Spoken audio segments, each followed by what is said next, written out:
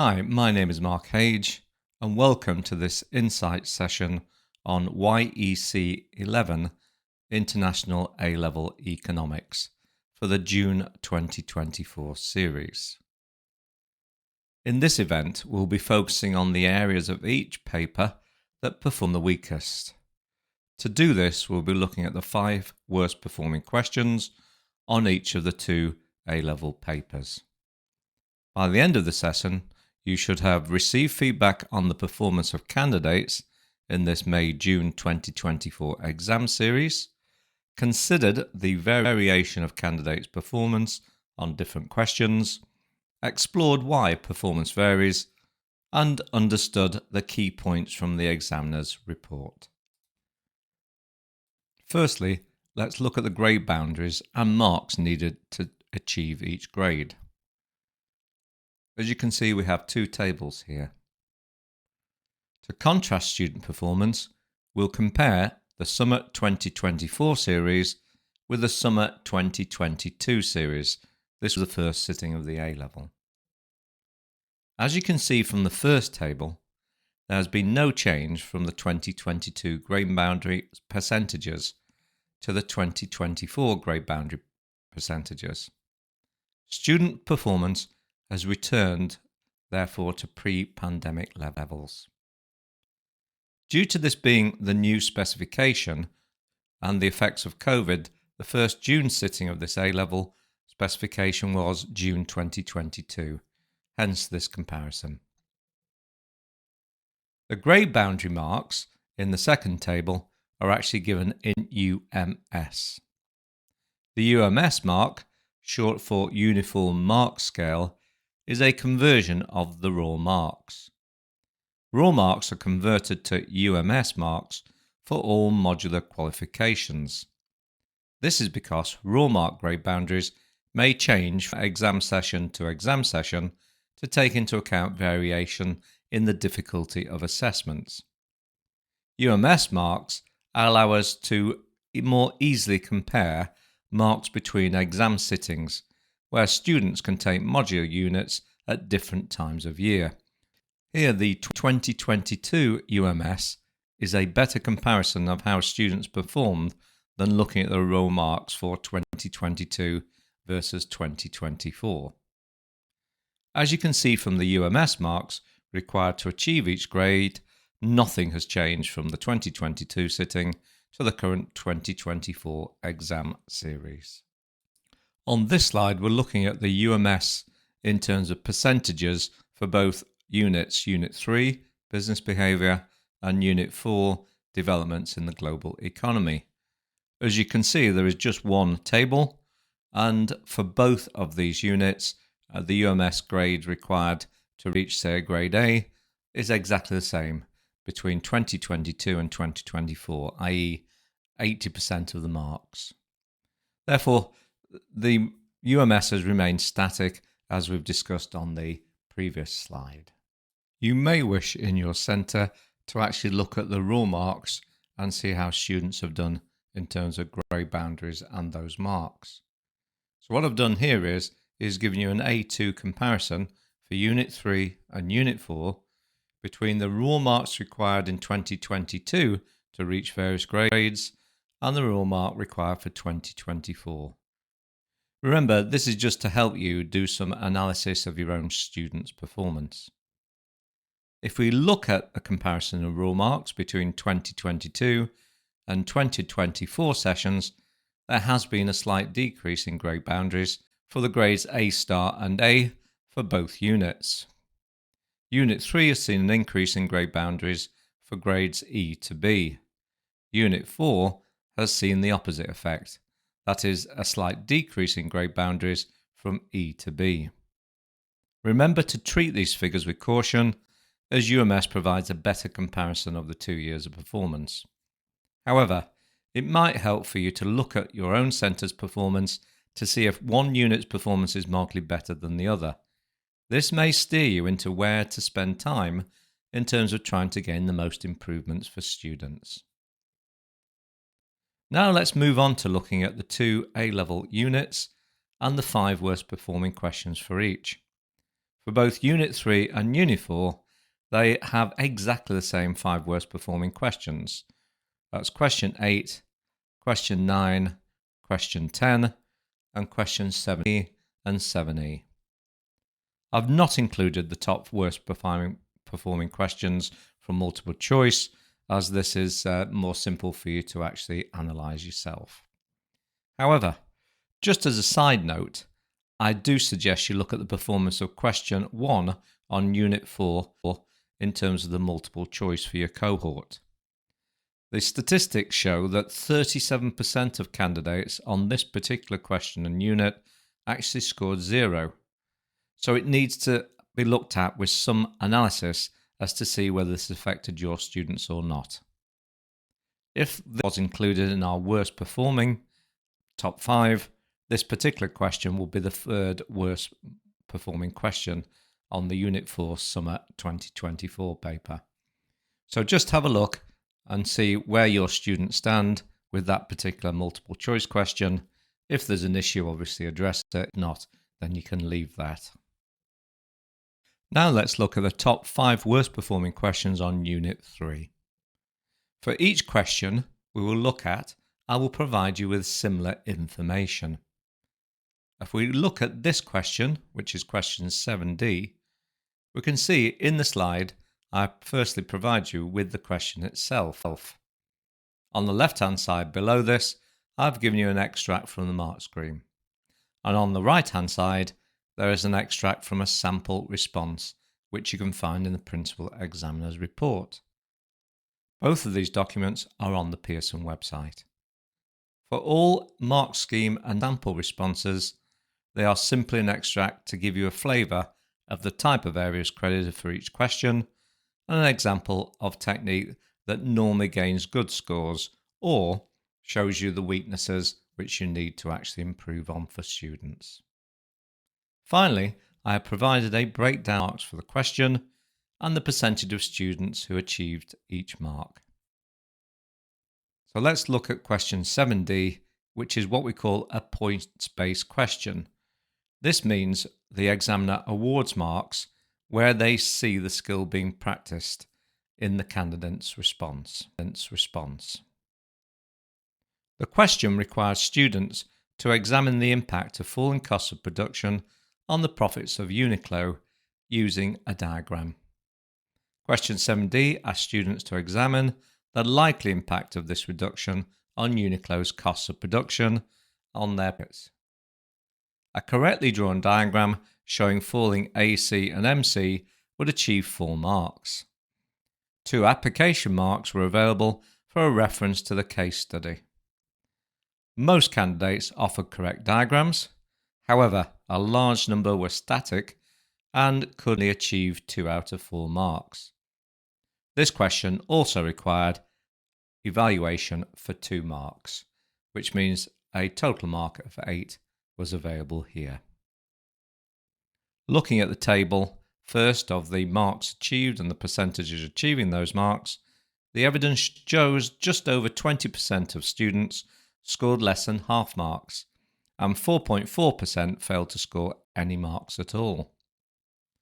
Most candidates offered a cost and revenue diagram, including a correctly drawn diagram showing the initial supernormal profit area and the equilibrium achieved knowledge marks. Further marks were achieved by drawing a fall in both the marginal cost and the average costs, with an increase in supernormal profits. This would achieve the analysis marks available.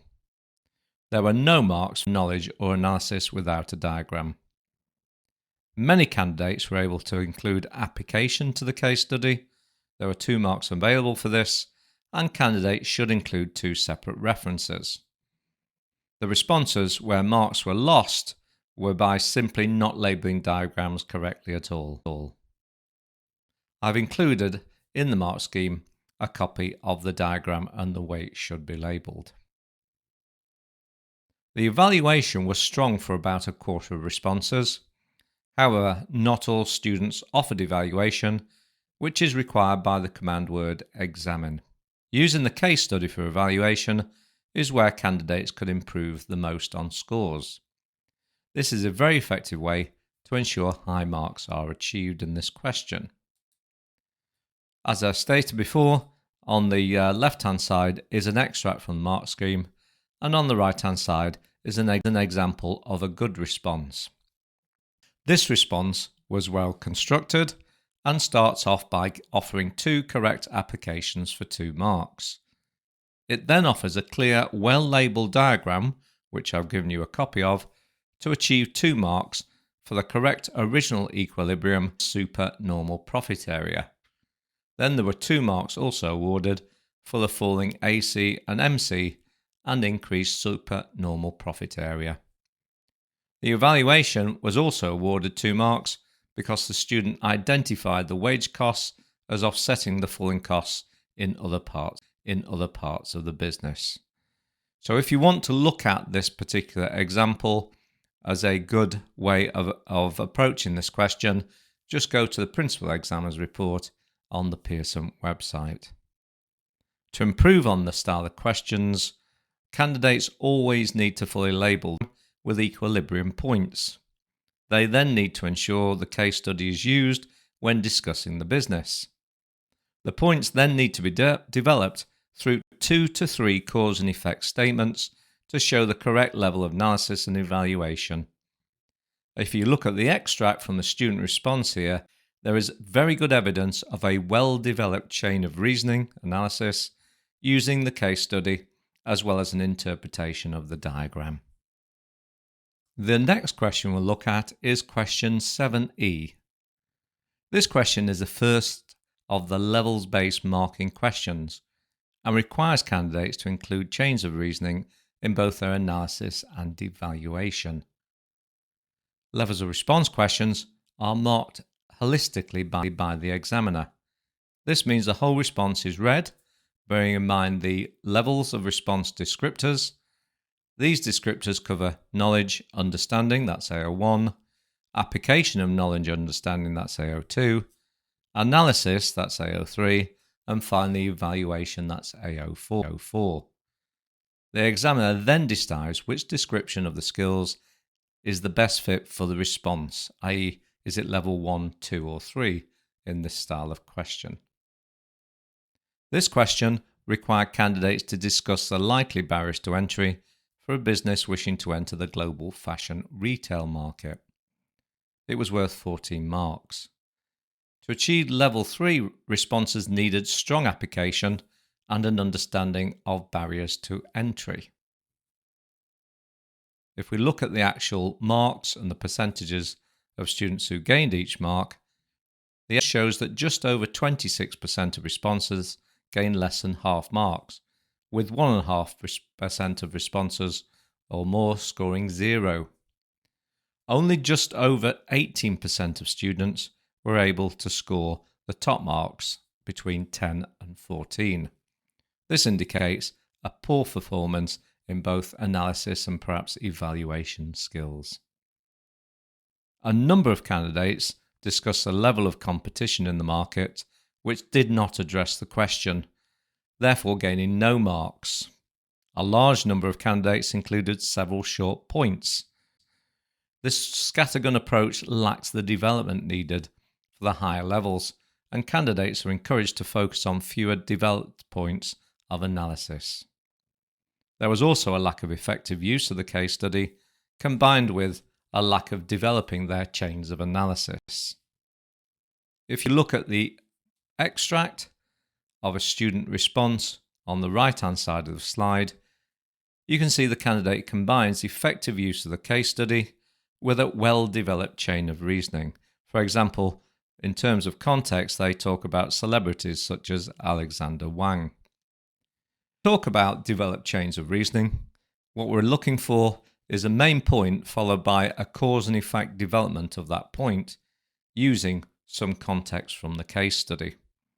What we really want to see is the student developing that cause and effect point by 3 developments. In order to improve performance on this type of question, candidates need to be reminded simply to focus on 2 points, with a lot of application for a higher level response. Each point should be developed by 3 strands, combined with relevant use of the case study. Evaluation then follows needs to be in a similar structure, but also requires the response to specifically answer the question.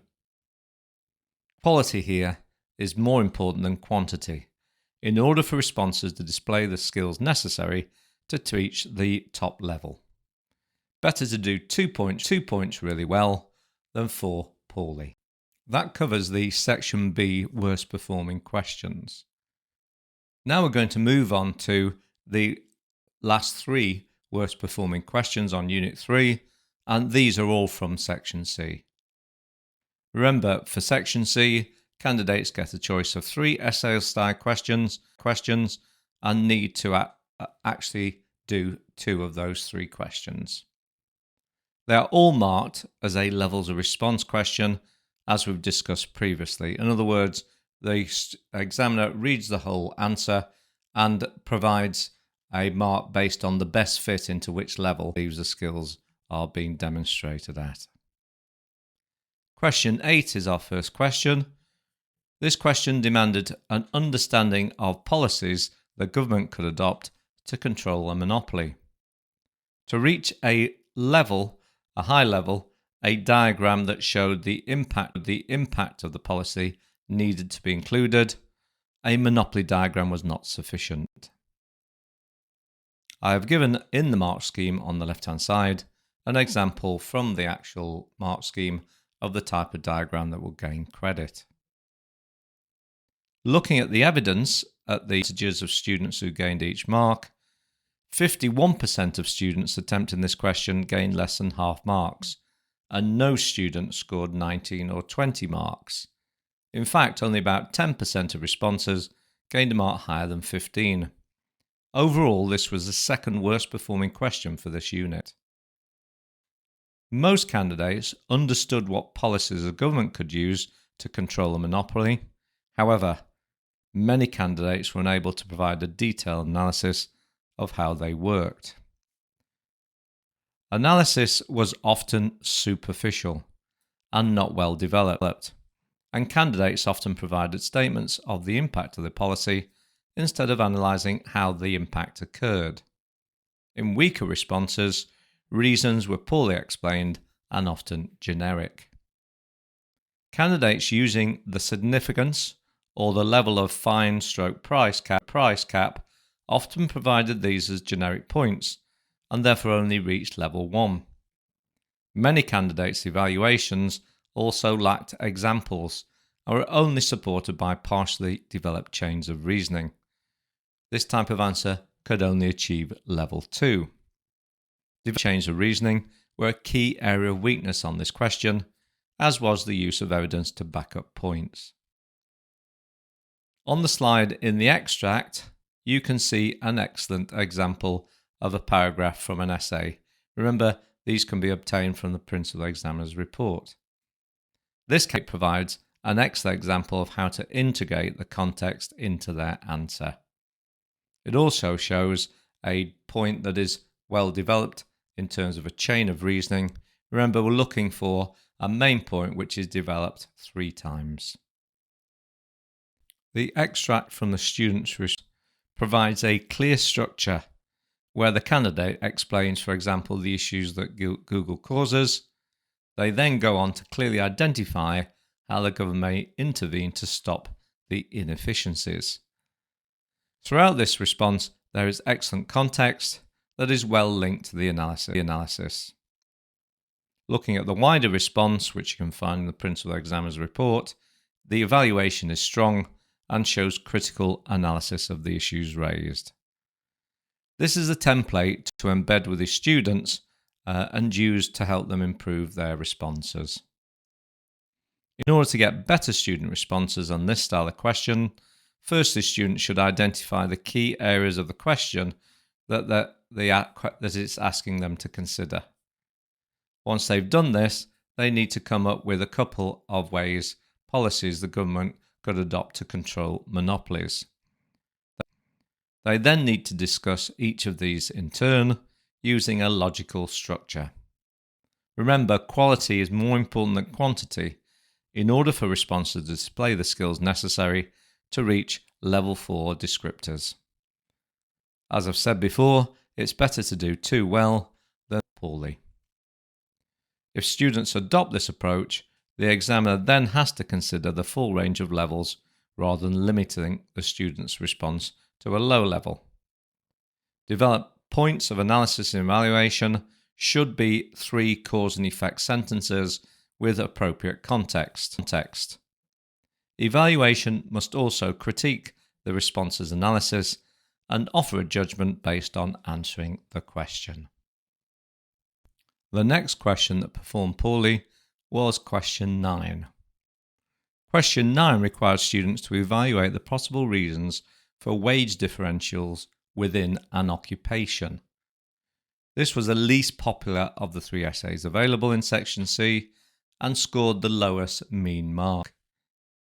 If we look at the table of scores compared to percentage of students achieving those scores, we can see the evidence shows that the average score on this question was 37%, with over 79% of students scoring less than half marks. Most responses gained a score of 5, 6, 7 or 8.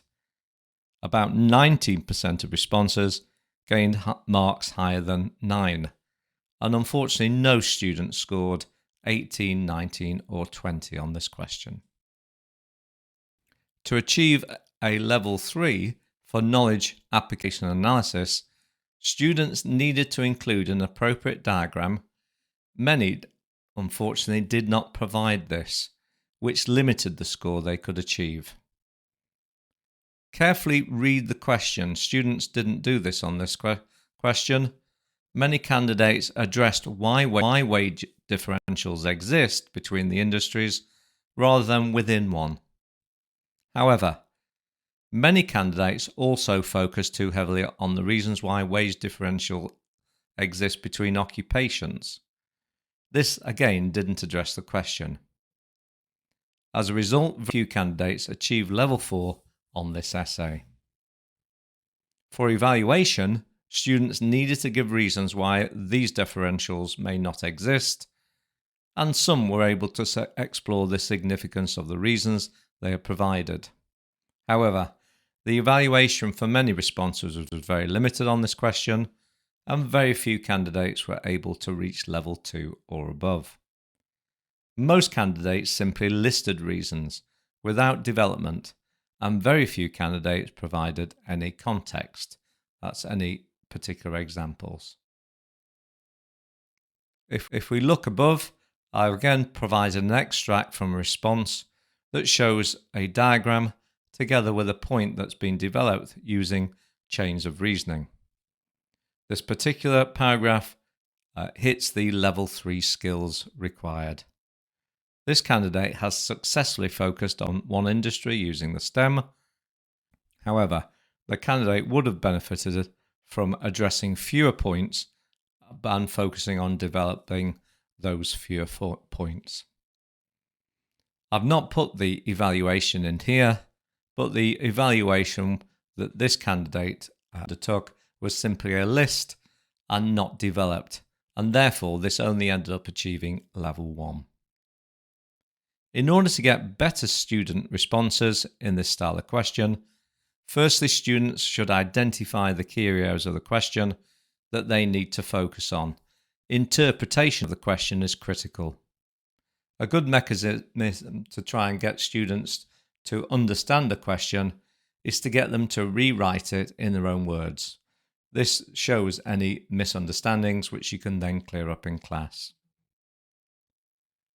Particularly with a question like this, a detailed diagram is also required that's clear and accurate, and appropriately needs to include the specific labelling, or else marks are likely to be on the lower side. Once this is done, students also need to write each point in turn using a logical structure. Again, quality is much more important than quantity in responses. What we're looking for is students to well develop chains of reasoning so we can actually evidence the skills that lead to level 4 descriptors. In terms of evaluation, we need to practice students again critiquing their own response and offering a judgment based on answering the question. This also needs to be well-developed chains of reasoning. This leads us on to the final worst performing question of Unit 3. The final question in this 5 worst performing questions on this unit was question 10. This question required candidates to evaluate the likely impact of collusion on businesses and consumers. Candidates required to include a game theory diagram to support their answer. If we look at the marks and the percentage of students that gained each mark on this question, we can see evidence shows that over 56% of responses gained below half marks, and most responses were in the range of 6 to 11 marks. About 14% of responses managed to gain higher than 13 marks. To achieve a level 4 in this question, candidate responses need to refer to game theory with a diagram and reference the impacts to both consumers and producers in their answers. The reverse argument could be used for knowledge, application, understanding, or evaluation. Most candidates on this question were able to explain how companies Leicester City Football Club and JD Sport could benefit from collusion, and a large number of candidates included the STEM reference in their answer. Candidates who were able to develop their chains of reasoning in context often achieved high level 3 or level 4.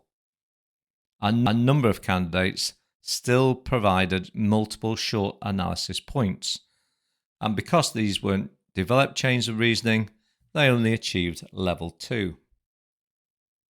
There was therefore a lack of well-developed chains of reasoning on many student responses. A number of students were drawing inaccurate diagrams and muddled the levels of revenue that needed to be identified in each quadrant. Candidates must ensure they are confident when explaining game theory through the use of a diagram.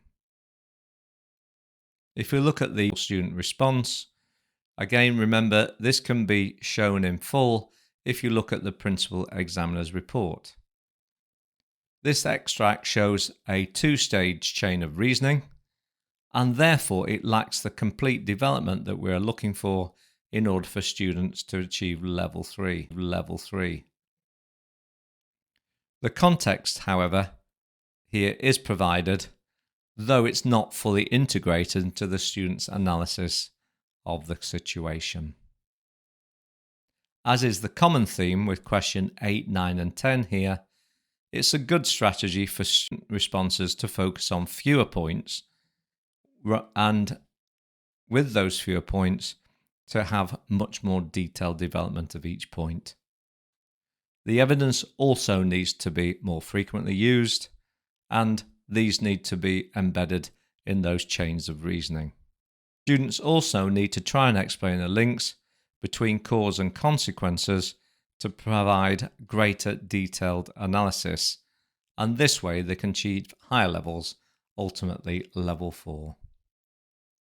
A good technique to use in classes is to take this response here from the principal examiner's report, get students to decide which level it actually falls into, discuss why this particular response is weak and achieves level 2, and then get students to actually go and improve the response in order for it to achieve level 3 or level 4.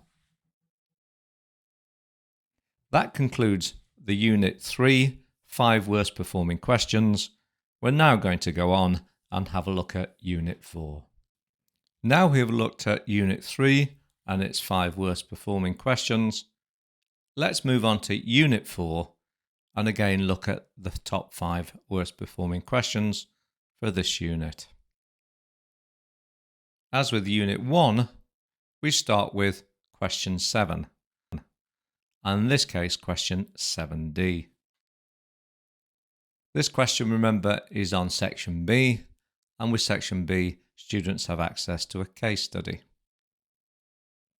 The question asks students to examine 2 likely problems for the Indonesian economy of its dependence on commodities. Evaluation here on an 8-mark question gained 2 marks for explaining each benefit. Question 7D is a points-based question. What this means is it reads through the student's response and awards the marks for all the different skills such as knowledge and understanding at the point that they are evidenced.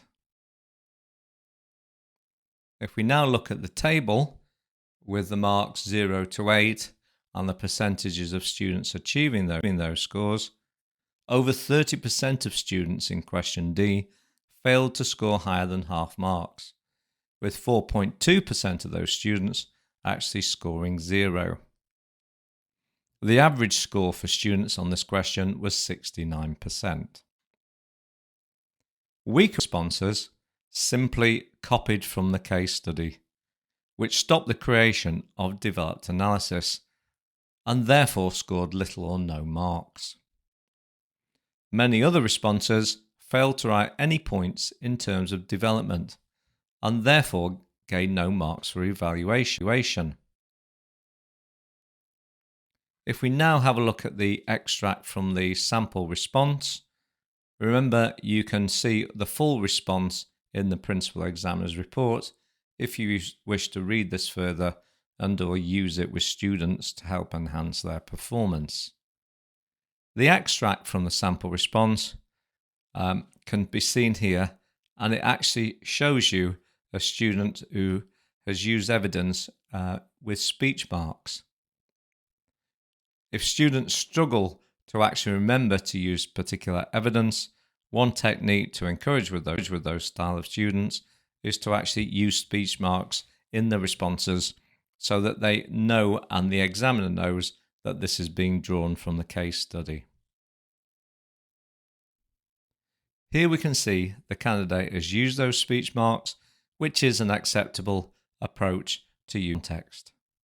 However, just a point of note, the marks are given for how this context is used in order to develop the analysis or evaluation rather than just for its inclusion.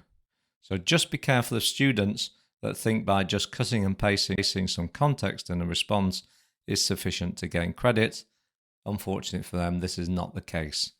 It's how that context is used. Remember, we're looking for students to actually do developed chains of reasoning.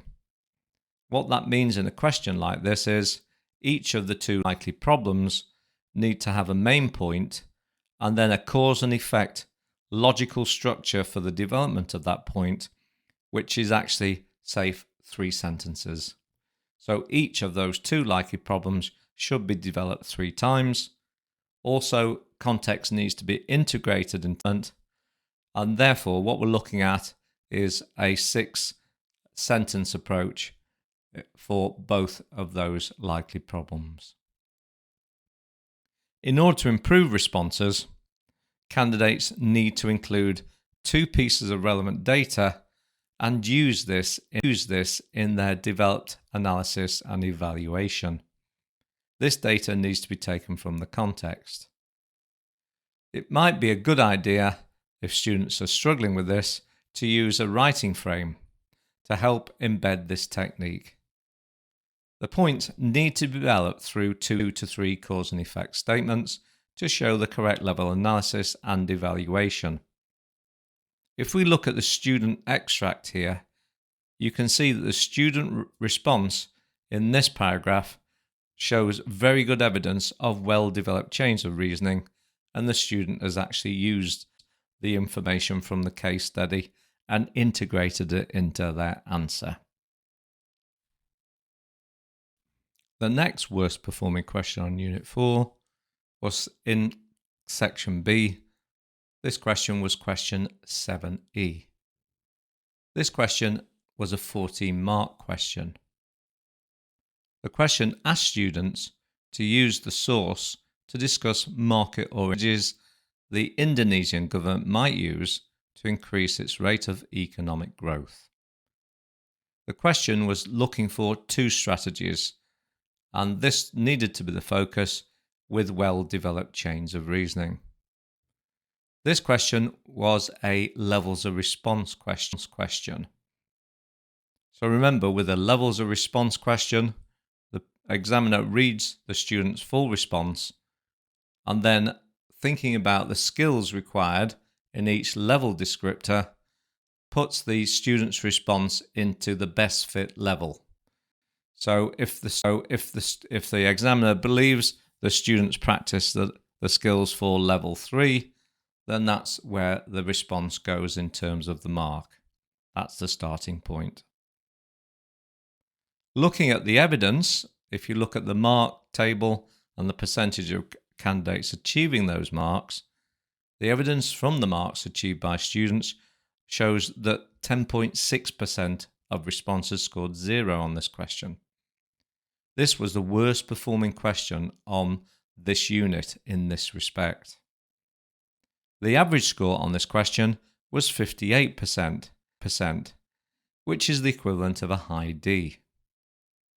39.2% of responses scored less than half marks, and just over 18% scored higher than 10 marks. Development of analysis on this question needed to show cause and effect with 3 developments of each point to achieve level 3. Often responses copied paragraphs from the case study. This achieved no marks. There was then no analysis and no chains of reasoning, again achieving no marks. Other responses adopted a scattergun approach, covering as many strategies as possible, but without any actual development. This achieved very few marks. Evaluators failed to answer the question, but tended to give solutions to the problems instead. These style of responses that mentioned interventionist strategies, for instance, gained no marks for this approach. If we look at the sample mark scheme on the left-hand side of the slide, we can see that each point makes use of specific evidence from the case study, and it's this style of integration of context, knowledge and understanding and analysis that gains the most credit, particularly the logical development of points with a chain of reasoning. If we look on the right-hand side of the slide, you can see an extract from a student response. Remember, the full response is available from the principal examiner's report. This particular extract shows the student's evaluation of their answer. The reason I've included this is to make a particular point, which you may also like to develop with your students. The analysis of this particular question, which is not shown here, was well developed.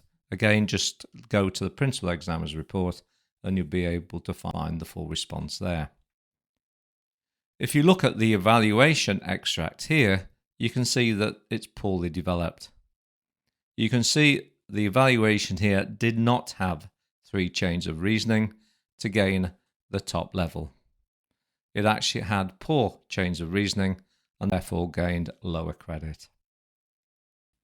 A good strategy to help students develop their analysis skills on this question would be to firstly get them to write only the analysis arguments in an answer. Once they've done this, then get them to compare this with the analysis of this sample response and look for any improvements. Once this has been done, students can then decide what level of evaluation should be awarded looking at this particular evaluation in the sample response.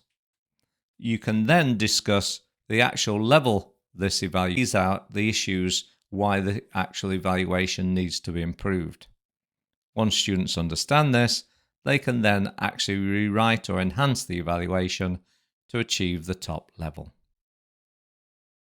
Overall, students need to improve the development of chains of reasoning on this question and focus on 2 strategies using context in order to gain high marks.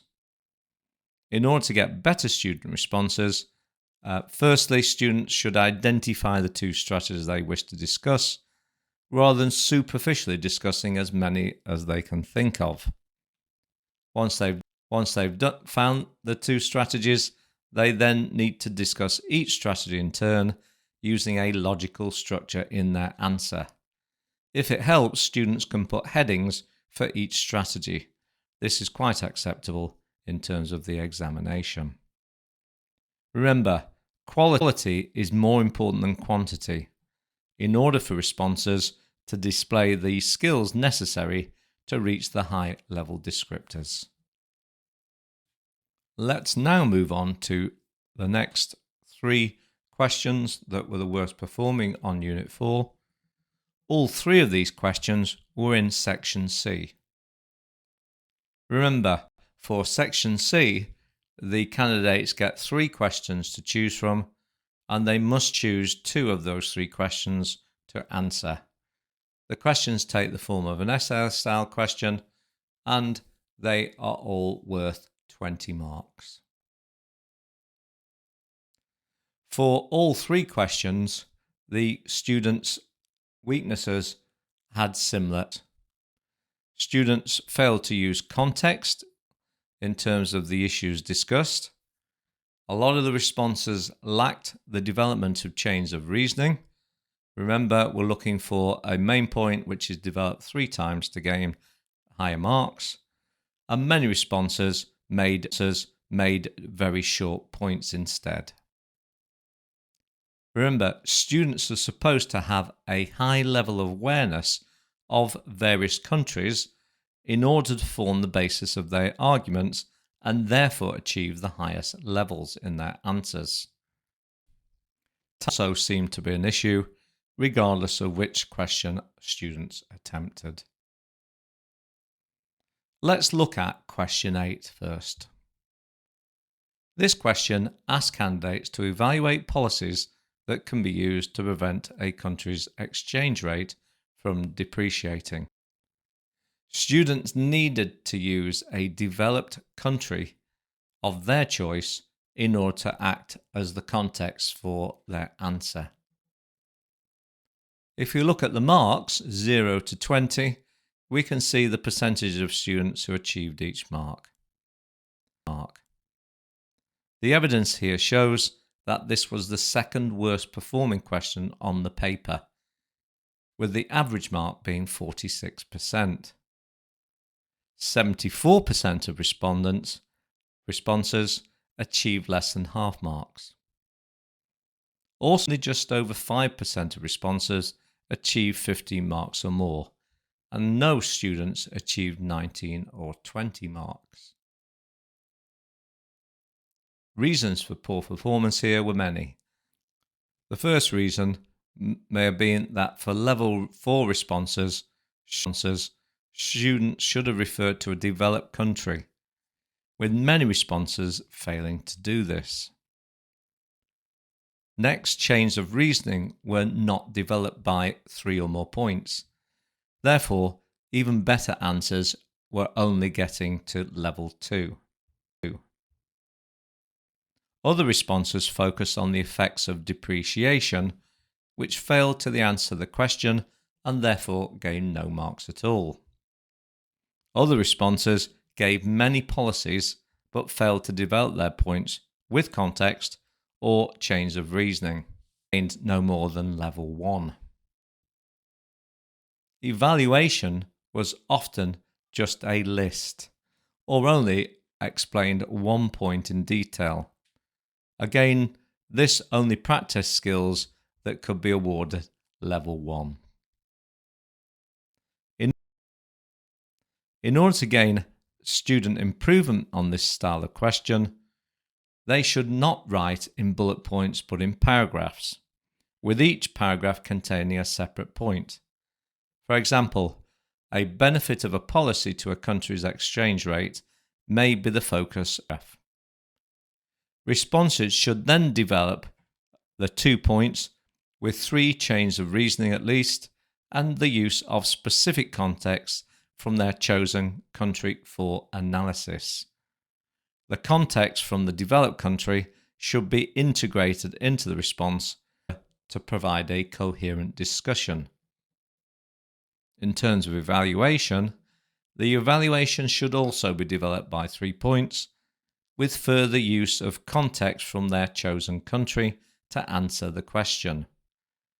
What we're specifically looking for is students to discuss, having done the analysis, which may be the best policy out of the 2 discussed in order to prevent depreciation, and why this is their preferred choice. If we look at the sample response on the right-hand side here, the student practices the process that we're looking for.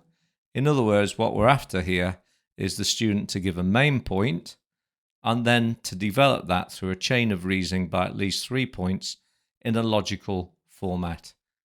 The student in this response also includes contextual examples which are based on their chosen developed country. This is an example of a high-level response and may be a good format for you to talk through with students. So one approach might be to actually give students this sample and discuss why it practices all the correct skills, and then let them have a go at another policy to actually practice the skills themselves. Let's move on to the penultimate question, which is question 9. Question 9 was actually the worst performing question on this unit. The question asked students to evaluate the cost to a country of becoming a member of an economic and monetary union. The question again was a levels of response style question. So again, the examiner was reading the question holistically and deciding which skills best fit the student's response and placing the response in that level. If we firstly look at the marks and the percentage of students gaining those marks, we can see that the evidence shows that the average score on this question was 37%. If we think back to our discussions on the grade boundaries, 37% in 2024 actually equates to a U. So a lot of students were not able to gain a mark sufficient to pass on this question. Almost 50% of responses of this question scored less than half marks, and no candidates were able to score full marks here. Finally, only just 9% of students scored 15 or more marks. So we can see here how this particular question has underperformed quite considerably. Some responses confused monetary and economic union and therefore scored few marks. Therefore, the first area of improvement for candidates, if your candidates fall into this category, is to re-emphasize the student's knowledge and understanding on what a member of an economic and monetary union means and what the differences are. A specific country that students are familiar with to do this should help make this process tangible. Students also need to be reminded that the use of examples from their country of choice needs to be referred to in their answer throughout the whole of the answer in order to access level 4. Chains of reasoning were also there, but were often undeveloped.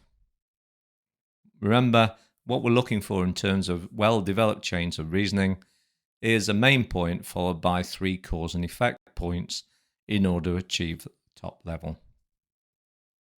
The writing structure of students' responses on this question also needed to be improved.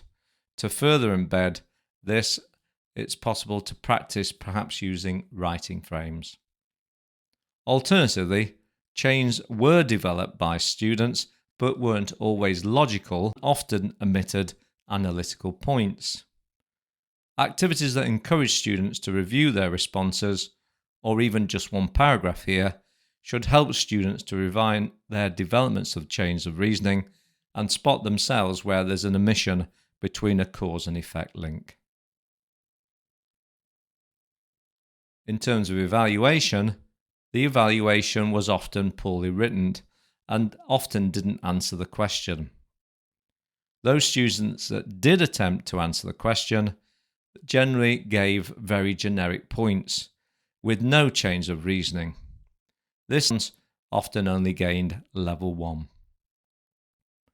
The extract on the sample response you can see on the screen here on the right hand side shows a template for candidates to write a developed chain of reasoning for this style of question. A good technique in class might be that students could be talked through why this is a good sample of a response in achieving higher levels, and then you give them another cost to the country and they then try and practice skills using this particular sample as a template. Remember, they need to be reminded that when they're writing their developed chains of reasoning, they need to ensure there's sufficient context from their country of choice here.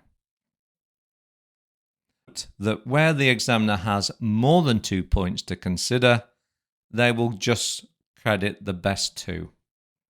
Therefore, candidates should only discuss 2 points and focus on creating chains of reasoning that are logical and have at least 3 developments to each of those points. The points should also have relevant examples from their chosen country in order to reach level 4. For evaluation, 2 points need to be explained again using the same chains of reasoning approach already discussed.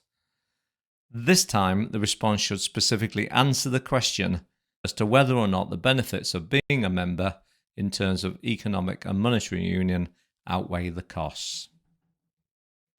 This finally leads us to the last of our 5 worst performing questions on Unit 4. The final worst performing question was question 10. The question asked candidates to evaluate possible causes of an increase in public expenditure as a proportion of GDP. Again, to gain access to level 4, responses needed to refer to a chosen country. If we look at the marks and the percentages of students gaining those marks, evidence shows that this was the 3rd worst performing question on the paper. In fact, the optional 20-mark question were the top 3 worst performing questions on the paper. The average score here on this question was 46%, and over 72% of responses scored less than half marks. As you can see from the actual data, no response actually gained full marks, and only 5% of responses managed to score more than 15 marks. Thinking about the quality of responses, some responses had a chain of reasoning, however, they used the incorrect terminology and application, and therefore gained no credit. Other responses had a similar issue with the development of chains of reasoning by 3 logical cause and effect arguments using relevant examples from their candidate's chosen country. Where this approach was omitted, it acted as a barrier to achieving high-level marks. Evaluation was also generally poor, with some responses giving general points on the effects of an increase in public expenditure rather than relating this to GDP. This approach gained no credit at all. The evaluation on the causes of an increase in public expenditure on GDP is not explaining those effects. It's the causes that have to be evaluated. The extract, as we can see in this sample response, shows a template for candidates to write a developed chain of reasoning. Remember, this full response can be obtained by going to the Pearson website and looking at the principal examiner's report. Once students have been talked through why this particular part of the response is a good example of the skills being practiced, students can then be given another course on an increase and be asked to use this as a template to write their own paragraph showing a developed chain of reasoning. And remember to embed the fact that they need to include relevant context from the economy of their choice. In order to get better student response on this style of question, students should identify their two causes they intend to discuss and put these as headings in their response. They then should discuss each in turn and use a logical structure to develop their arguments. Quality is much more important than quantity in order for responses to display the skills necessary to reach level 4 descriptors. It's much better for students to do 2 well-developed chains of reasoning than many stunted points. Remember, we're looking for students to do a main point and then develop that point at least 3 times. Students also need to integrate into their response their chosen economy and examples from it. That brings us to the end of both units for this insight session. So we've looked at the underperforming questions, and now we're going to have a look at some further information. A good tip at this point is for you to have a look at your own cohort performance and prioritize the questions which you found those performers. You can then look at the analysis of that question in this presentation and then use some of the strategies suggested to gain improvements in student performance. Now we've covered the worst performing questions on each unit, what now follows is a summary of the key areas centres should focus on in terms of improvements according to the principal examiner of each unit. We will then look at the resources and support available from Pearson to help you in enhancing student performance further. Firstly, let's look at Unit 3, Business Behaviour. The principal examiner suggested that longer answer questions require more depth than breadth. Candidates should aim to develop 2 detailed analysis points and 2 detailed evaluations to achieve the higher levels. For Section C, diagrams should be drawn where helpful, and many students successfully incorporated cost-revenue diagrams into their responses. Stronger responses utilize their diagram to explain the impacts on a business or different economic agents. Students that did best were able to apply to the specific question and use relevant examples that fitted with the context provided. Longer answer questions require depth more than breadth. Candidates should aim to develop 2 detailed analysis points again and 2 detailed evaluations to achieve higher levels. Analysis and evaluation needs to be well developed in order to achieve higher marks on essay questions. For Unit 4, Developments in the Global Economy, the principal examiner has suggested that candidates must read all questions carefully and make sure they've addressed all parts of the question.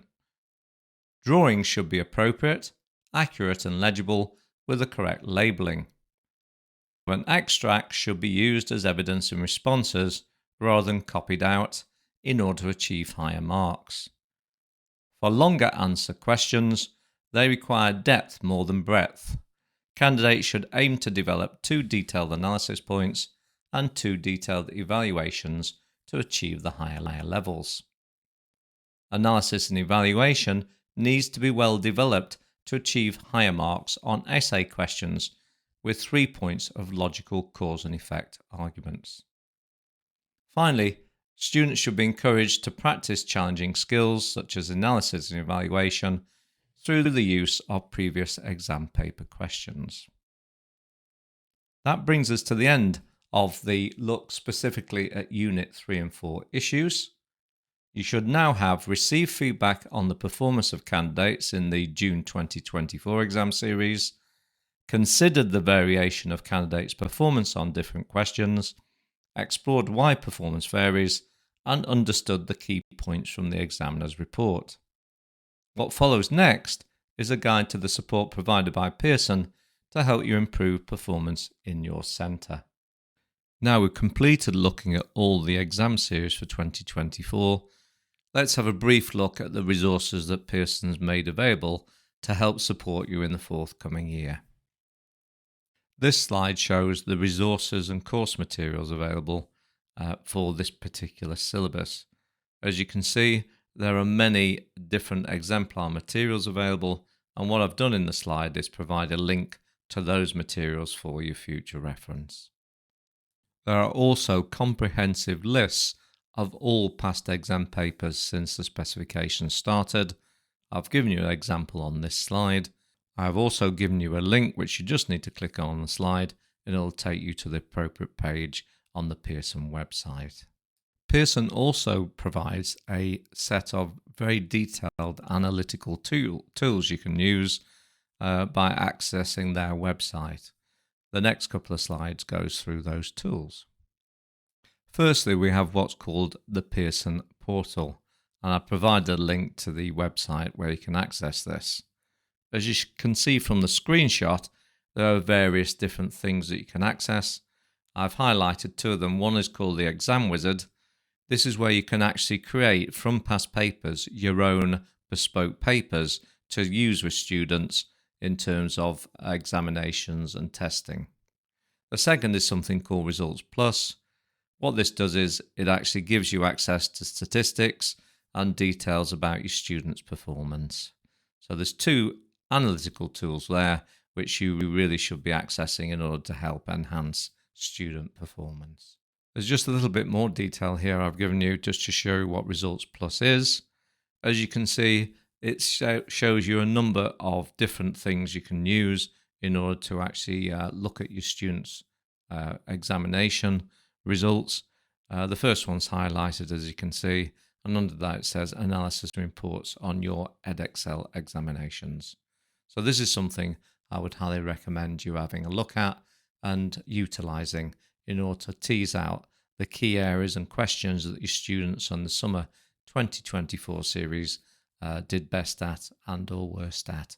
This way you can focus your actual teaching on the things that need the most improvement. On this particular page, you can see Results Plus. We've clicked on Analysis Options, and as you can see, you can actually look at your student results in various different ways, and also you can download those once you've had a look at them. The one that's highlighted here, for example, is Cohort Results. Finally, I've given you a link to resources and news, and again, this can be really useful in terms of things that are currently happening in the subject. If you click on that link, it will take you to the page where you can see things like Professional Development Academy, latest news announcements, and obviously training that's available for the subject. I'd explore this, and hopefully this will provide you with further support in terms of courses and any other issues that are concerning you about the subject. That brings us to the end of this insight session. I hope you've enjoyed it. Hopefully it's helped you in terms of focusing your students for the current academic year. You have now received feedback on the performance of candidates in the May-June 2024 exam series, considered the variations of candidates' performance on the top 5 underperforming questions on each paper, explored why this performance varies, and finally understood the key points and recommendations from the examiner's reports.